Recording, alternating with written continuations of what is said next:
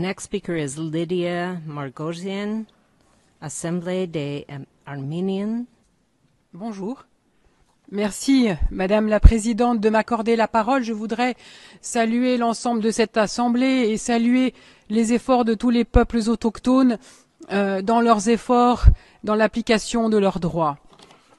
Depuis 2005, après des dizaines d'années de soumission et de silence, les Arméniens d'Arménie occidentale rescapés du génocide, exilés ou non de leur patrie ancestrale, ont gravi, point par point, étape par étape, une ascension sociale pour les amener au pied des marches de l'édifice nommé Organisation des Nations Unies.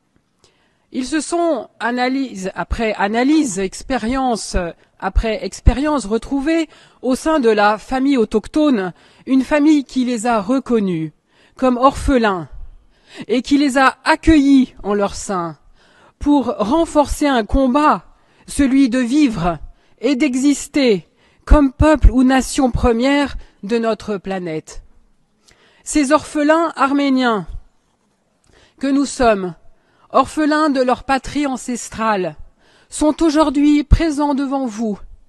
Ils représentent une petite parcelle de cette vie qui est partagée par tous, mais dont certains également présents en ces lieux sacrés convoitent encore leur état d'existence.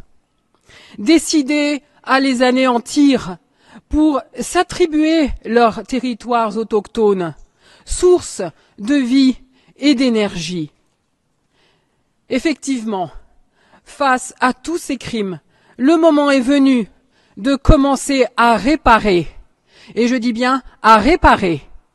Et pour commencer cet acte de justice, il est fondamental que les peuples et nations autochtones qui ont organisé et réalisé leur droit à l'autodétermination, en mettant en place les structures représentatives et institutionnelles conformément à la Déclaration sur les droits des peuples autochtones, puissent poursuivre leur participation dans le cadre des Nations Unies et y compris dans le cadre du Conseil des droits de l'homme.